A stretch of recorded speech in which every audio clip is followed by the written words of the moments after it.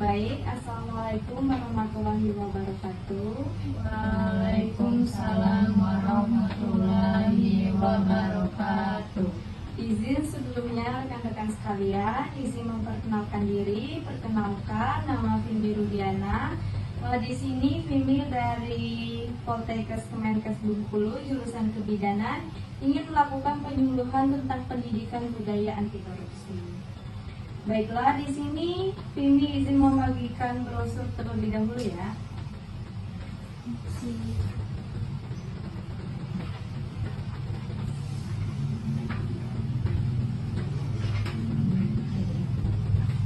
Baik, langsung saja. Di sini Vindi akan melakukan presentasi terlebih dahulu. Baik, latar belakang pendidikan anti korupsi merupakan upaya sistematis untuk menanamkan nilai-nilai kejujuran, integritas dan tanggung jawab pada masyarakat, khususnya generasi muda. Penyuluhan tentang pendidikan anti korupsi menjadi salah satu langkah penting dalam mewujudkan tujuan tersebut. Baik, itu ada pengertian.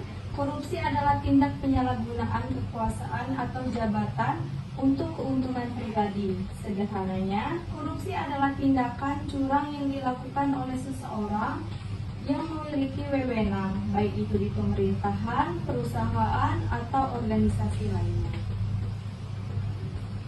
Lalu ada dampak korupsi. Yang pertama itu dampak ekonomi, itu meliputi pertumbuhan ekonomi yang lambat, ketimpangan sosial, tingkat pengangguran tinggi, kualitas barang dan jasa publik menurun.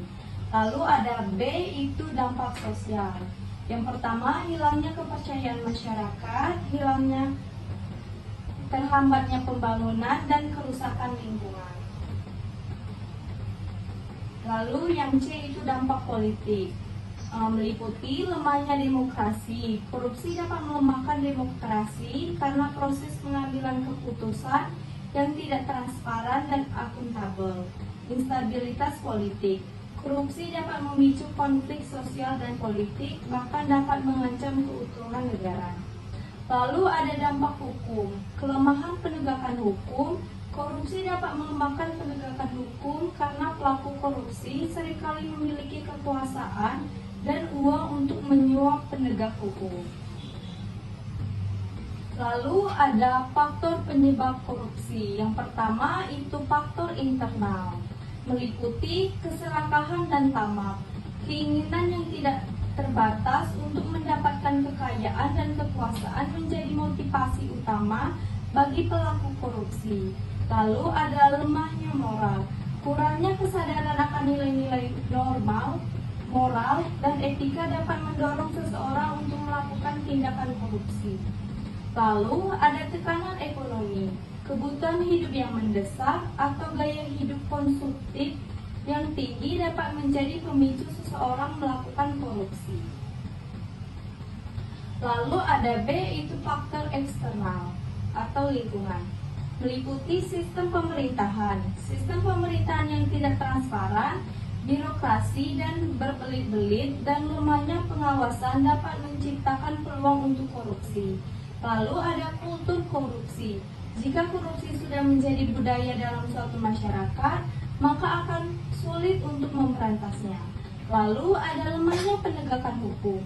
Hukum yang tidak tegas dan konsisten dalam menindak pelaku korupsi akan membuat orang semakin berani melakukan tindak korupsi. Selanjutnya itu ada nilai-nilai anti korupsi. Nilai-nilai anti korupsi merupakan fondasi penting dalam membangun masyarakat yang bersih dan bebas dari praktik korupsi.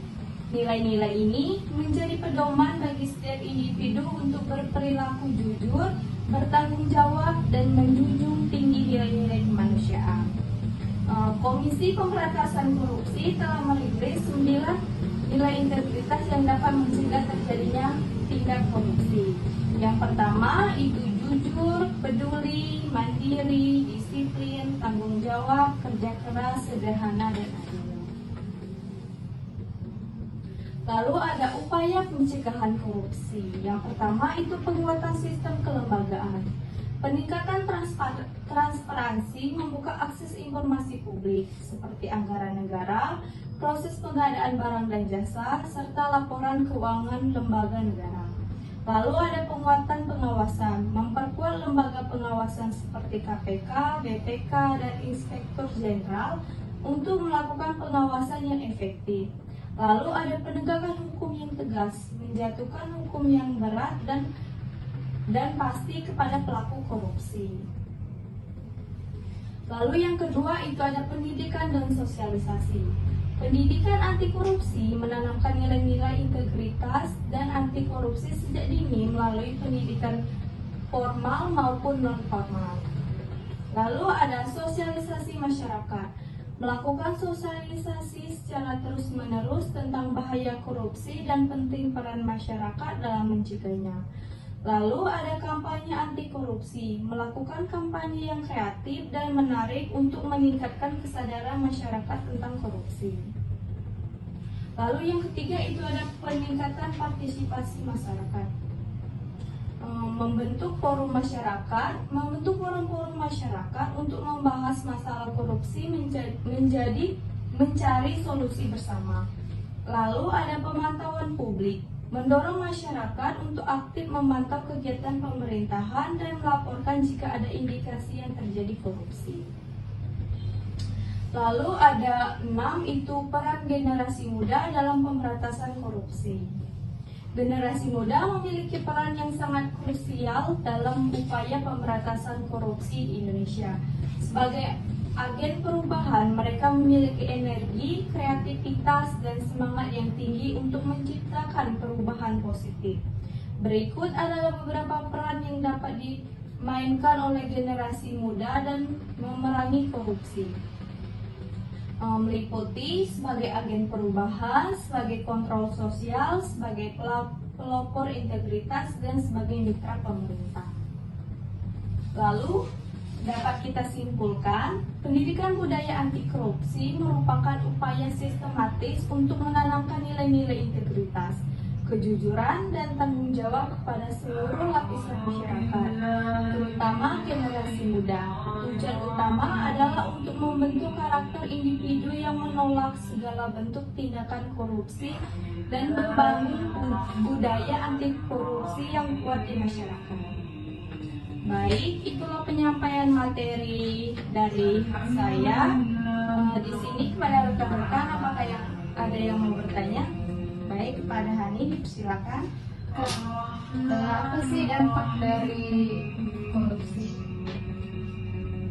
Baik, kepada rekan-rekan, masih ada yang mau bertanya? Baik, jika tidak, langsung saja saya jawab.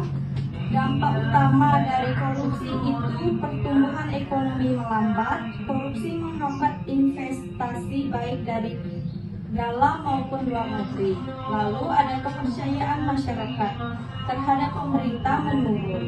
Korupsi merusak kepercayaan masyarakat terhadap lembaga-lembaga negara. Lalu meningkatkan utang negara untuk menutupi defisit anggaran akibat korupsi. Pemerintah seringkali terpaksa meningkatkan utang negara. Lalu ada kepercayaan masyarakat terhadap pemerintah menurun. Korupsi merusak kepercayaan masyarakat terhadap lembaga-lembaga negara. Baik, kepada Hani, apakah jawaban sudah cukup jelas atau baik? Jika sudah cukup, terima kasih atas waktunya. Ini akhiri. Wabillahi taufiq wal hidayah. Wassalamualaikum warahmatullahi wabarakatuh. Waalaikumsalam warahmatullahi wabarakatuh.